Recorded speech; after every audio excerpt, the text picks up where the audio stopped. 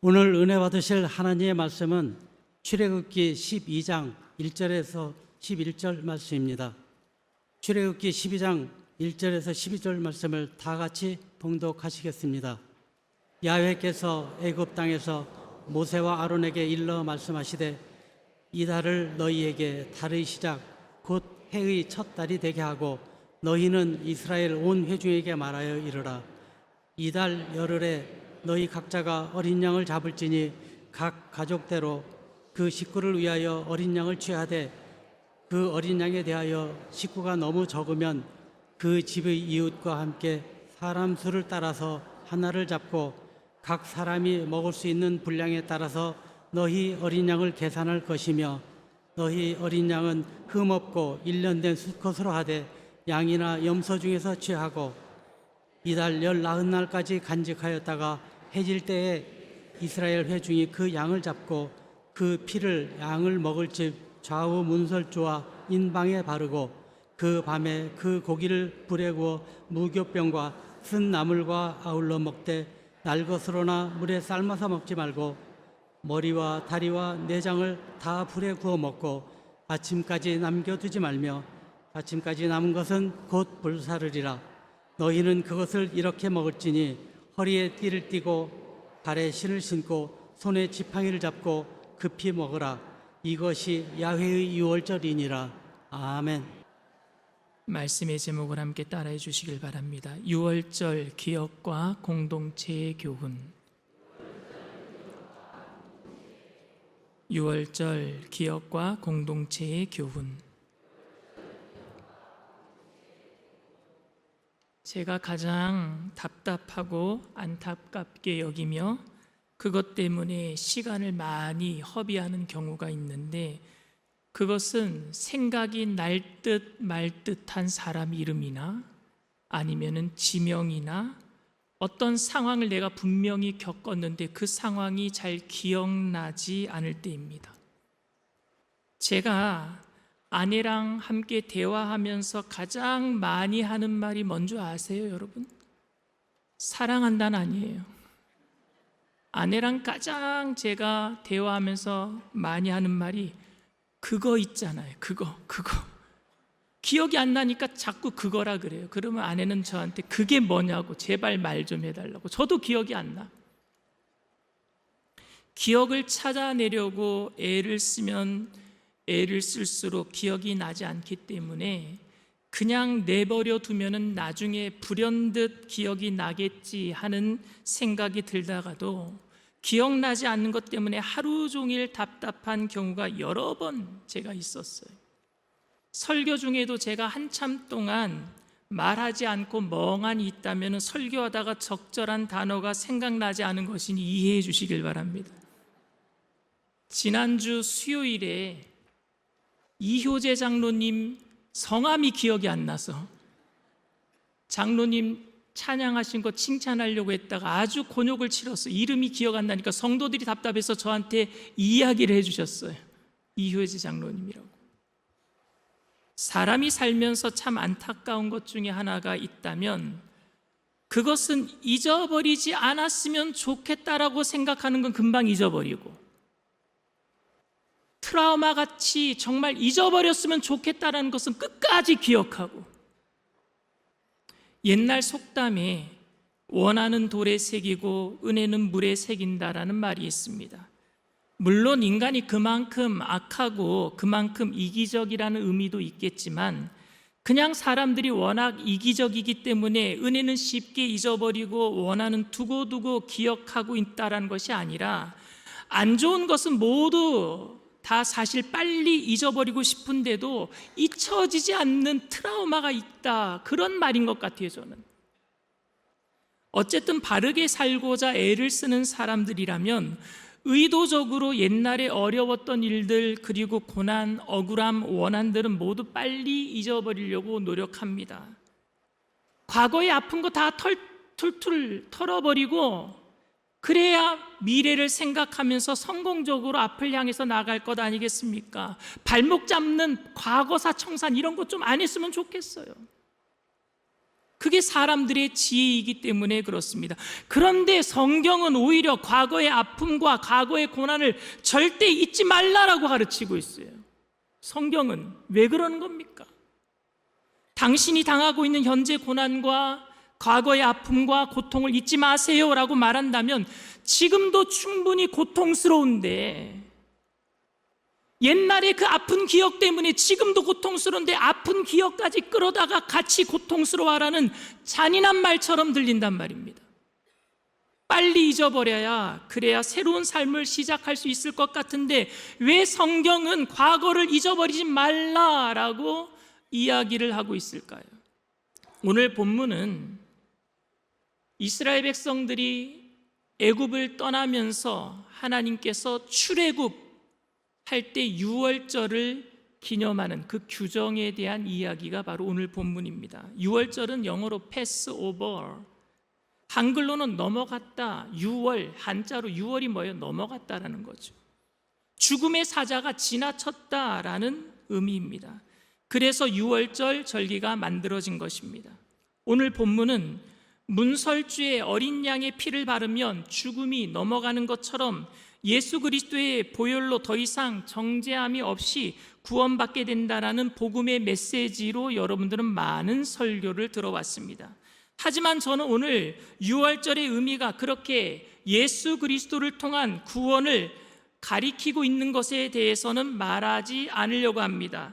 중요하지가 않아서가 아니라 이미 여러분들이 다 알고 있기 때문이에요. 오히려 이 유월절과 관련된 그동안 생각하지 못하고 지나쳤던 두 가지 교훈에 대해서 말씀을 드리고 싶습니다. 첫 번째 교훈은 뭐냐? 무교병과 쓴 나물에 대한 의미가 우리에게 교훈이 됩니다. 무교병과 쓴 나물이 어떤 의미냐? 고난을 기억하라는 거예요. 애굽의 마지막 10번째 재앙인 모든 초태생들, 짐승의 첫 새끼나 사람의 첫 아들, 첫 장자는 모두 다 그날 죽는 날, 그게 바로 유월절이었어요. 그날 바로 전날 하나님께서는 유대인들에게 유월절을 준비하는 규례에 대해서 말씀을 하셨습니다. 유월절의 규례는 이렇습니다. 우선은 유대력, 우리나라 태양력이 아닌 유대력 달력에 보면 니산월이라 그래요. 그걸 7월인데 주님께서는, 하나님께서는 애굽에서 출애굽한 날이 새해 첫날이라고 정해라 그래서 니산월 7월을 그래서 그 다음부터는 1월로 바꿔버립니다. 그런데 이 니산월 7월 10일에 1년 된 흠없는 양이나 염소를 미리 준비해야 했습니다. 그것도 먹고 남기지 않도록 누구와 함께 먹을 것인지 미리 계획을 세웠어요. 한 마리를 잡는데 집에 사람들이 3-4명밖에 없어서 이 한 마리가 많으면은요, 이웃을 초청해서 함께 다 먹을 수 있을 계획을 세워야 했습니다. 그리고 4일이 지난 14일 해질 무렵에 그 양을 잡도록 하는 겁니다. 그 양을 잡은 후에는 그 피를 모든 유대인들 집 문설주나 임방에 바르는 것이 아니라 그 양을 잡은 집에 와서 함께 먹는 사람들 그 집에만 문설주와 임방에 바르도록 했습니다. 그렇게 한 다음에 그 밤에 모인 사람들은 그 고기를 삶거나 날것으로 먹으면 안 되고 반드시 통째로 머리부터 꼬리까지 다리까지 내장 다 통째로 구워서 무교병과 쓴 나물과 함께 먹어야 했습니다. 그것도 아주 급하게 먹어야 했습니다. 그런데 하나님께서는 이 양을 먹을 때 누룩을 넣지 않은 무교병을 쓴 나물과 함께 먹도록 했습니다. 이 무교병이 무엇을 의미하고 있습니까? 이것은 신명기 16장에 나와 있습니다. 신명기에서는 무교병, 즉 효소죠. 누룩을 넣지 않는 무교병을 쓴 나물과 함께 먹도록 했는데 그것은 바로 고난의 떡이라고 얘기하고 있어요. 신명기 16장 3절 말씀 다 같이 읽겠습니다. 유교병을 그것과 함께 먹지 말고 이래 동안은 무교병 곧 고난의 떡을 그것과 함께 먹으라. 이는 네가 애굽 땅에서 급히 나왔음이니 이같이 행하여 네 평생에 항상 내가 애굽 땅에서 나온 날을 기억할 것이니라. 그러니까 그날 무교병과 그리고 쓴 나물을 급하게 먹도록 한 것은, 그것은 이제 애굽 땅에서 당했던 고난과 고난 속에서 구원을 잊지 않도록 하기 위해서라고 이야기하고 있어요. 애굽 땅에서 노예 생활하면서 말할 수 없는 고난과 고통을 당하며 착취를 당하며 끔찍하게 살았던 순간들을 절대 잊지 말고 기억하라는 의미에서 무교병을 먹도록 했고 쓴 나무를 먹도록 했습니다. 여러분, 딱딱한 떡 맛있어요? 맛없어요? 효모가 들어가야, 누룩이 들어가야 좀 부풀어야지 좀 맛있잖아요. 그 맛없는 떡을 쓴 나물과 먹도록 했어요. 쓴 게 약이에요? 그때 당시에 첨가해서 참기름으로 버무려서 먹었겠습니까? 먹으면은 눈물이 나오는 쓴 나물을 그냥 먹게 한 거예요. 그것도 무교병 떡과. 그런데 그것을 먹을 때에 허리에 띠를 띠고 그리고 발에 신을 신고 지팡이를 짚고 급하게 먹어야 했습니다. 허리에 띠를 띈다라는 의미, 발에 신발을 신는다라는 의미는 떠날 준비를 하라는 얘기예요. 떠날 준비가 되어서 지팡이를 잡고 그리고 쓴 나물과 무교병을 어린 양고기와 함께 먹어야만 했습니다. 오늘날 우리는 이 세상에 영원히 살 것처럼 허리끈 풀어놓고 신발끈 풀어놓고 퍼질러 앉아서 먹는 것이 아니라 허리끈 졸라매고 신발끈 묶고 지팡이를 들고 이 세상 떠날 준비하며 살아가야 될 줄 믿습니다. 출애굽기 12장 11절 말씀이에요. 너희는 그것을 이렇게 먹을지니 허리에 띠를 띠고 발에 신을 신고 손에 지팡이를 잡고 급히 먹으라. 이것이 야훼의 유월절이니라. 여러분, 가나안에 정착하면서 이 유월절 예식을 매년 행했던 이스라엘 백성들의 마음이 어떠했을지 한번 생각해 보기를 바랍니다. 이미 구원받은 사람들로서 구원의 기쁨을 노래할 수 있잖아요. 이제 애굽을 탈출해서 나와서 축복의 땅, 젖과 꿀이 흐르는 가나안 땅에서 유월절을 행할 때 얼마나 기뻤겠습니까? 이스라엘 백성들이 애굽에서 탈출해서 광야를 거치면서 가나안 땅에 정착하고 난 다음에 갚을 수 없는 기쁨과 주체할 수 없는 감사로 축제하면서 유월절을 보낼 수도 있었을 것입니다. 그런데 그 구원의 은혜를 잊지 않으려면은 애굽에서의 고난을 잊지 않아야 된다라고 주님이 말씀하고 있는 거예요. 사람들이 은혜를 받았음에도 불구하고 감격을 놓치는 것은 고난을 잊어버렸기 때문일 수 있습니다. 잔인하고 끔찍한 일인 것 같지만 고난의 수렁에서 벗어난 후에도 고난을 잊지 말아야 한다는 말입니다. 옛날엔 정말로 못 살았는데 지금은 하나님의 축복을 많이 받아서 너무나도 우리가 잘 살고 있어요. 옛날에 너무너무 못 살았어요. 1960년도에는 보릿고개가 있었어요. 저도 1960년대에 태어났어요. 딱 턱걸이에서 69년도에. 얘기를 들으니까 그때는 보릿고개가 있어서 소나무 껍질을 벗겨 먹었대요. 그런 이야기를 들었어요. 옷 한 벌 가지고 여름과 겨울을 났어요. 옷이 헤어졌어요. 그런데 그 옛날을 생각하면서 그 고난을 기억하면서 허름한 옷을 입고 소나무 껍질을 벗겨 먹으면서 그때를 기억하는 사람이 지금 있습니까? 없어요. 한국이 너무 풍요롭고 너무 잘 살고 있어서 큰 축복을 받은 것은 사실인데 일제시대와 한국전쟁 전후 당시 그 배고프고 애달픈 삶의 고난을 잊어버렸기 때문에 감사가 없고 나눔이 없어진 것은 아닐까요?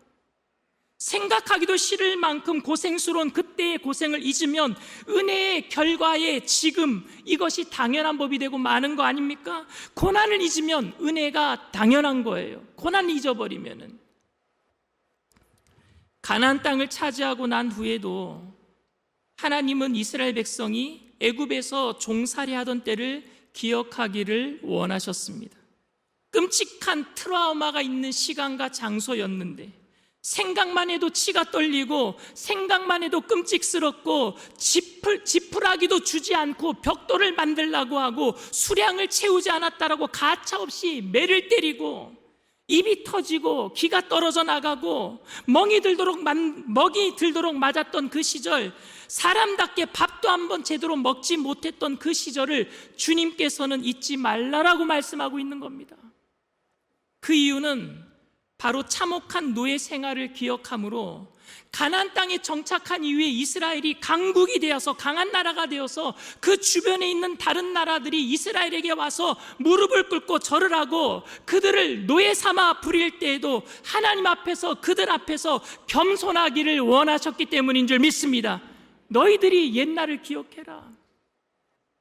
하나님은 유월절이 되면 단순히 지금 누리고 있는 그 축복에 감사하면서 성대하게 잔치를 벌이고 축제를 하는 것보다 오히려 조용하고 겸손하게 무교병을 먹고 쓴 나물과 과거의 고난을 기억하기를 원하셨습니다.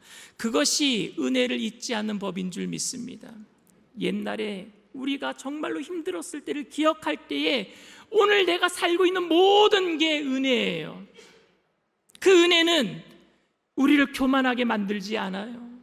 그 은혜는 우리를 겸손하게 만들 줄 믿습니다. 저는 오늘날 한국교회가 어떻게 눈물로 성장했는지 알고 있습니다. 일제시대의 암흑과 한국 전쟁 속에서 하나님께 눈물로 부르짖었고 하나님께서는 우리의 부르짖음을 들으시고 엄청난 부흥을 주셨습니다. 그런데 언제부터인가 우리가 누리는 축복이 옛날부터 누려왔던 것처럼 당연한 것으로 생각하고 멸시와 수모의 시절을 다 잊어버리고 고난의 때를 기억조차 하고 싶지 않아서인지 아니면 지금 누리고 있는 축복을 방해하는 것처럼 생각되어서인지 고난은 생각조차도 입에조차도 올리는 것을 꺼려하는 것 같아요.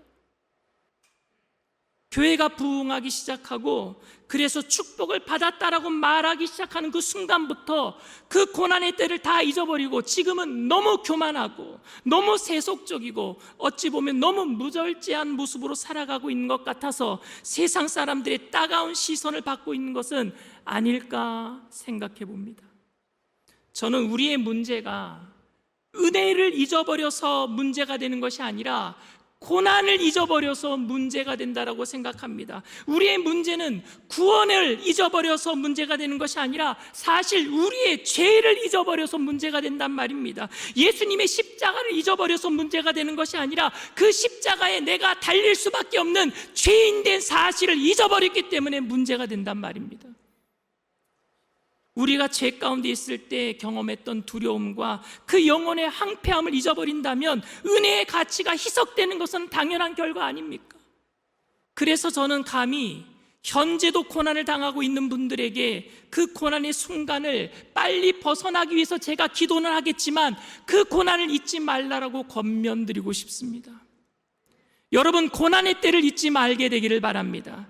긴 고난의 터널을 통과한 후에도 사망의 음침한 골짜기를 지나간 후에도 그 고난의 때를 잊지 마시기를 바랍니다. 항상 괴로워하며 살라라는 말씀이 아니에요.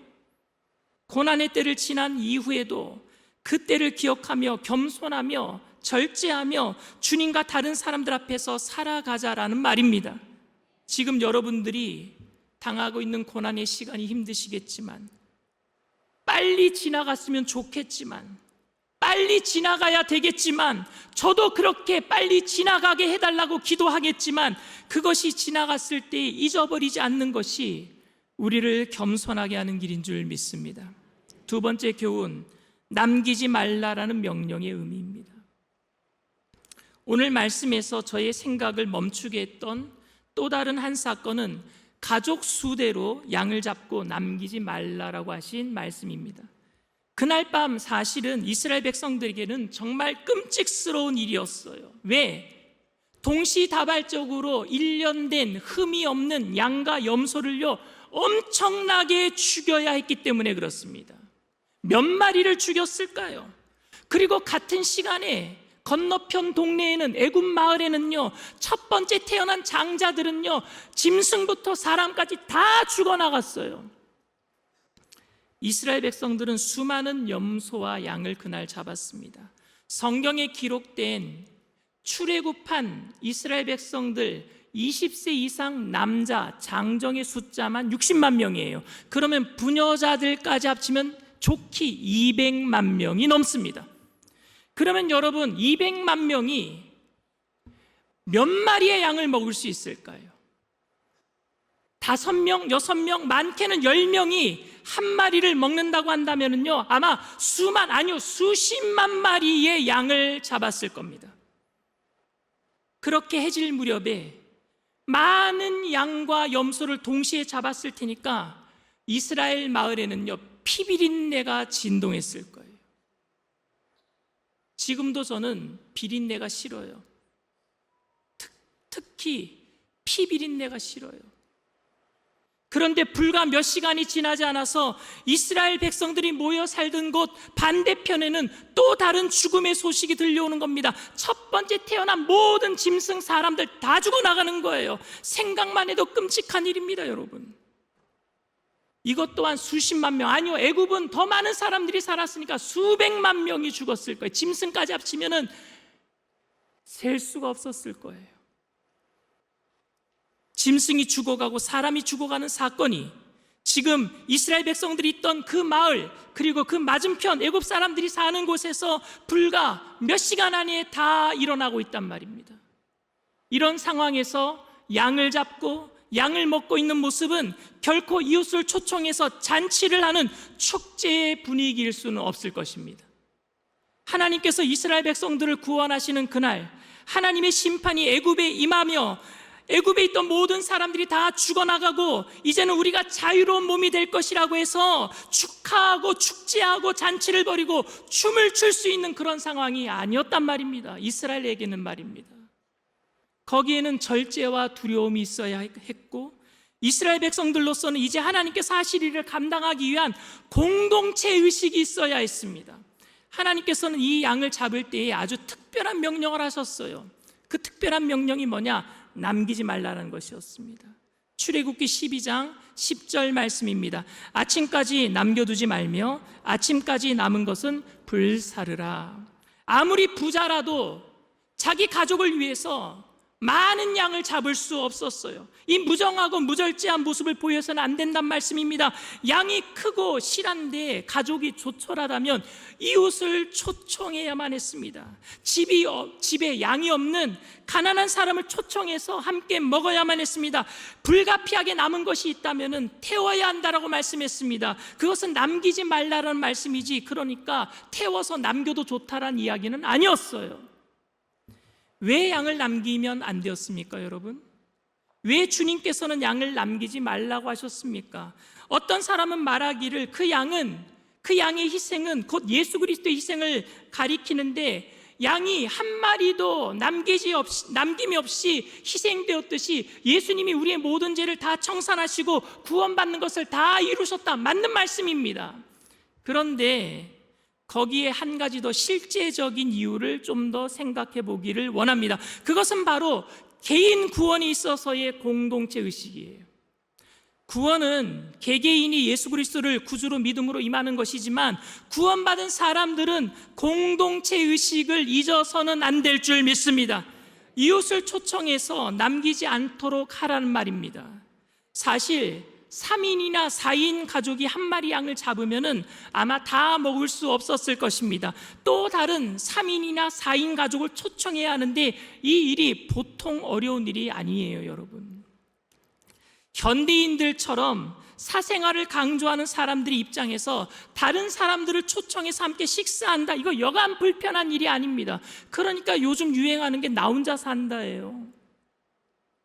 혼밥을 하고, 여러분 식당에 가면 요즘에 벽 보고 혼자 앉아서 먹는 식탁 의자들이 많이 있어요. 그런데 우리는 함께 해야 합니다. 남겨서는 안 되기 때문에. 하나님은 다른 사람과 함께 나누기를 원하셨습니다. 그래서 죽음의 사자가 모든 유대인들의 집을 넘어간 게 아니에요. 함께 먹는 집에, 임방에, 문설주에 피를 바른 그 집만 넘어간 것이지 모든 유대인의 집을 유월한 게 아니란 말입니다. 그 양을 잡아서 함께 먹던 집만 넘어갔어요. 구원이 개인에게 임한 것은 사실이지만 이제 출애굽을 해서 광야로 나아가는 그 백성은 유월절 어린 양을 통해서 하나가 되었다라는 공동체 의식이 절실하게 느껴져야 했고 그 안에서 책임감을 느껴야 했단 말입니다. 같이 구원받는 거였어요. 함께 양을 잡고 함께 양을 먹는 공동체 의식, 혼자 배불리 먹을 수 없는 그 절제와 검소함, 옆 동네에서 가축과 사람들이 죽어가는데 그 죽음의 고난이 유월했다라고 넘어갔다라고 죽음의 사자가 그냥 지나쳤다라고 마냥 즐거워할 수 없는 오히려 엄중함과 진지함을 유지해야 하는 공동체가 바로 교회인 줄 믿습니다. 우리가 그렇게 예배드려야 돼요. 우리만 구원받았다라고 좋다라고 축제 벌이는 게 아니라 그 축제 안에서도 진지함과 엄중함이 있어야 한답니다. 다른 사람들이 죽어가고 있는 것을 미안해하는 마음으로 그들을 구원하기 위한 마음에 오픈된 마음이 있어야 될 줄 믿습니다. 그런데 그 공동체의 의식을 우리가 잃어버린 것은 아닐까요? 하나님이 나를 구원하셨다라는 생각 때문에 갖게 되는 자만이 우리로 하여금 동시에 수없이 다른 사람들에 대해서 무정하고 매정하게 만들거나 아니면 우리가 받은 그 구원 때문에 함부로 남을 판단하고 정죄하는 입장에 서게 되는 그런 일들이 혹시 우리에게 벌어지고 있지는 않습니까? 만약 그렇다면 그것은 주님께서 그 백성을 구원하시면서 절제와 겸손함과 검소함과 또한 동시에 두려움과 진지한 모습으로 너희 구원을 기억하라 말씀하신 것을 잊어버렸기 때문일 것입니다. 하나님께서는 출애굽의 감격이나 원수들에게 임한 재앙으로 인해 무작정 흥분해서 좋아하지 못하도록 하기 위해서 그 백성들에게 허리에 띠를 두르고 신발을 신고 지팡이를 잡고 급하게 아침까지 아무것도 남기지 말고 먹어라 말씀하셨어요. 무작정 다 먹으라는 요구가 아니라 경건함으로 먹으라는 요구였습니다.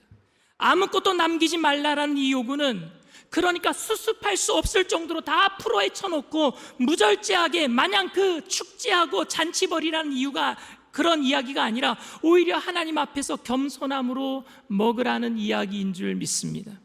예배는 그렇게 드려야 돼요.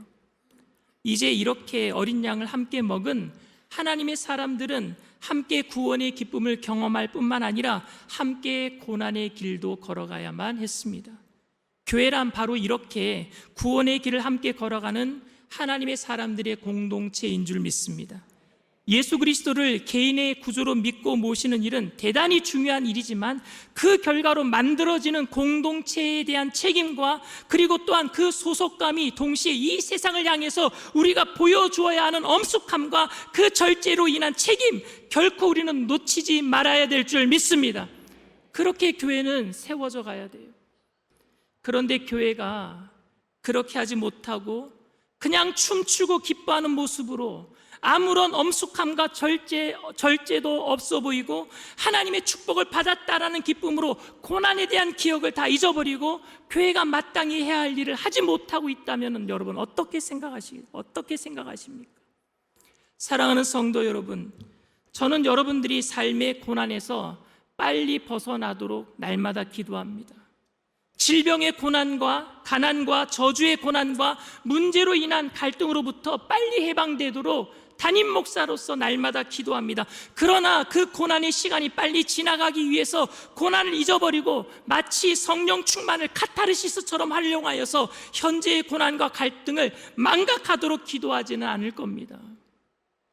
성령 충만은 여러분 술 취함의 현상이 아니에요.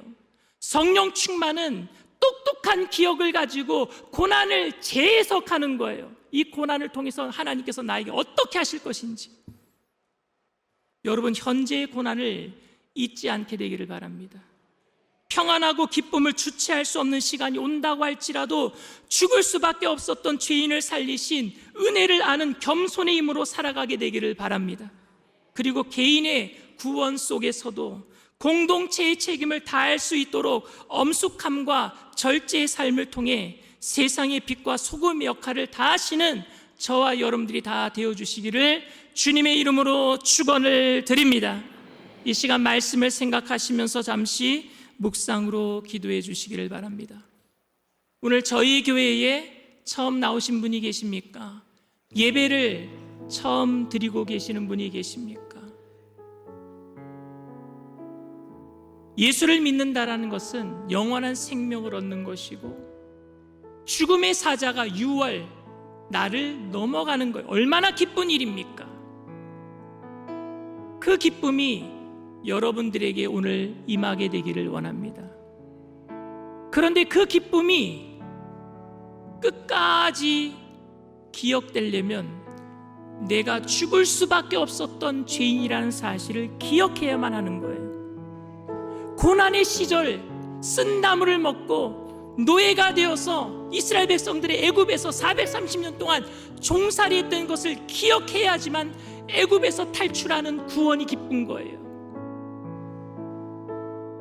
여러분들이 죄의 종이 되어서 힘들게 살았던 것을 끝까지 기억하고 영원한 생명을 주신 이 날을 날마다 기억해내고 기뻐하게 되기를 바랍니다.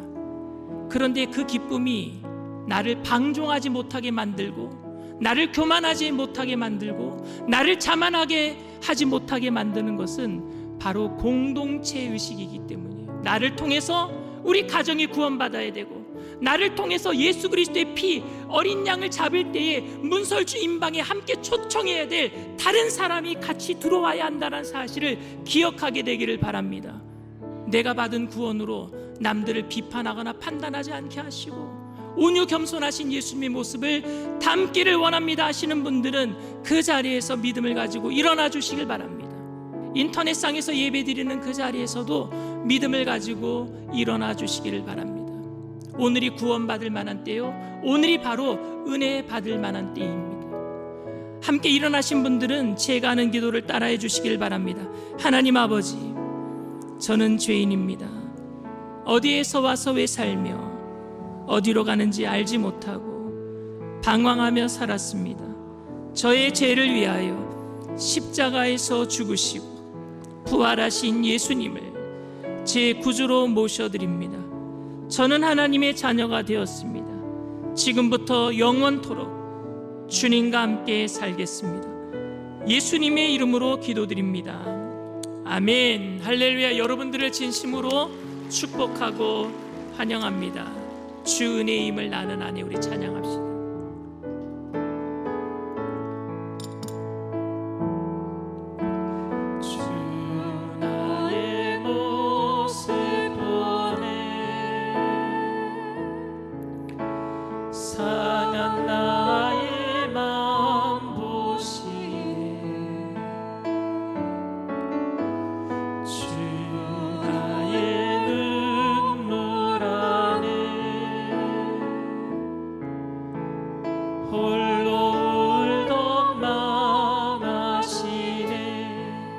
사랑 내게 있네.